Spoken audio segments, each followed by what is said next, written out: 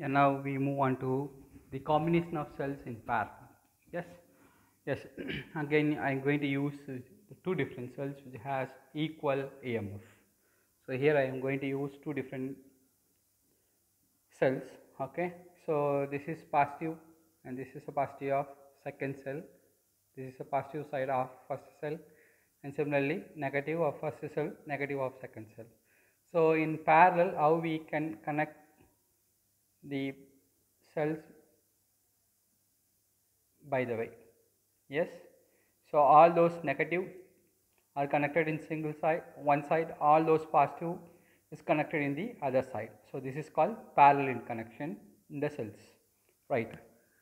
And as we know, when resistors are connected in series and parallel, that case in when resistor is connected in series, that time the voltage is variable, current is constant. When resistor is connected in parallel, that time voltage is constant and current is variable, right? Similarly, the same concept here we are going to deal with. And here also we have two different cells, okay, battery 1, battery 2, battery 1 having the EMF E1 and it has internal resistance R1, battery 2 have the electromagnetic force of E2 and which has internal resistance of R2, right. So as we know that the current will flow from the positive to negative terminal, so the current flow from outward direction, and similarly here also outward direction, and here towards negative terminal, inward direction, and here also inward direction. So both the negative of the battery is connected at one point, both the positive of the battery is connected at one point, okay.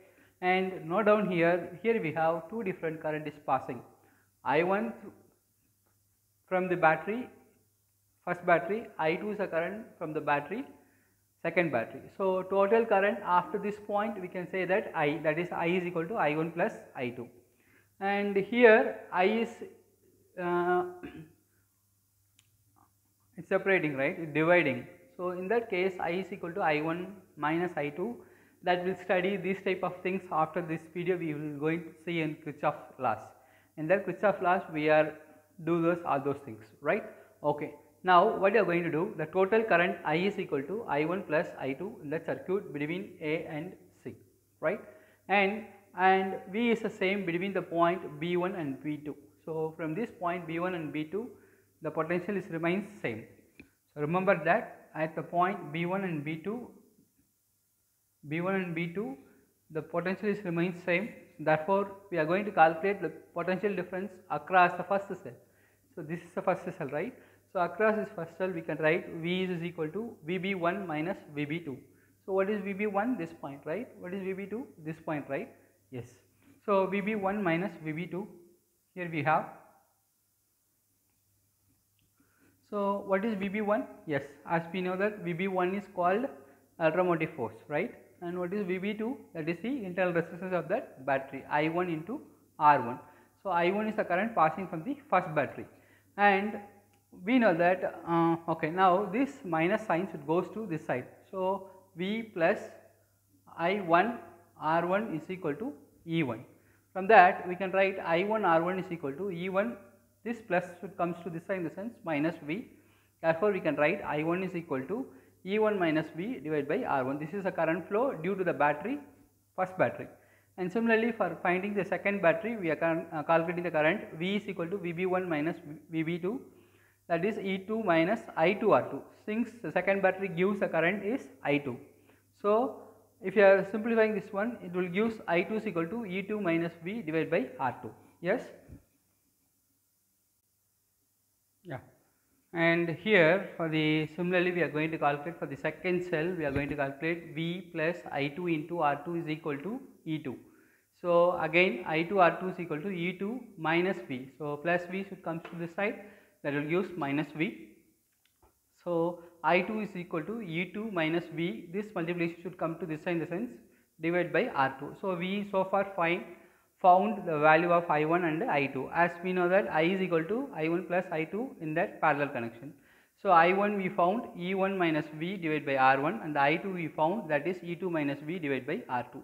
So summing up these two current, that will give here we have E1 by R1, here we have E2 by R2. So I am taking outside E1 divided by R1 plus E2 divided by R2, and here also we have minus V, here also we have minus V, that I am taking as common, minus V as common. So instead of that remaining we have plus 1 by R1, here we have plus 1 by R2. So I wrote here 1 by R1 plus 1 by R2.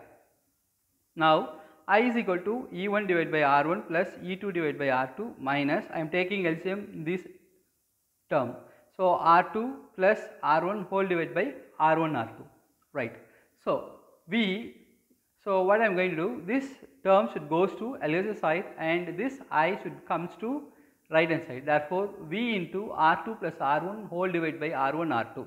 So this goes to left hand side is equal to E1 by R1 plus E2 by R2. Here I wrote E1 by R1 plus E2 by R2 minus I, right, and V is equal to, I am going to cross multiply this term into right hand side. Therefore how we can write R1 R2 divided by R1 plus R2, and here also we can write R1 R2 divided by R1 plus R2. Similarly, so here I wrote E1 by R1 plus E2 by R2. So this left side we have denominator R1 R2. So therefore it should goes to numerator of right hand side. So R1 R2 divided by R1 plus R2 or R2 plus R1, both are same, minus I.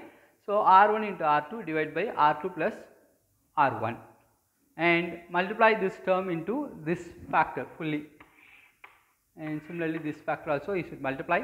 So E1 into R1 R2 divided by R1 bracket R1 plus R2 plus, here we have E2 by R2 into R1 R2 divided by R2 plus R1, and similarly this factor no change, minus I R1 R2 divided by R2 plus R1. Here we have R1, so we can cancel over, here we have R1, we can cancel over, and here we have R2 and here we have R2.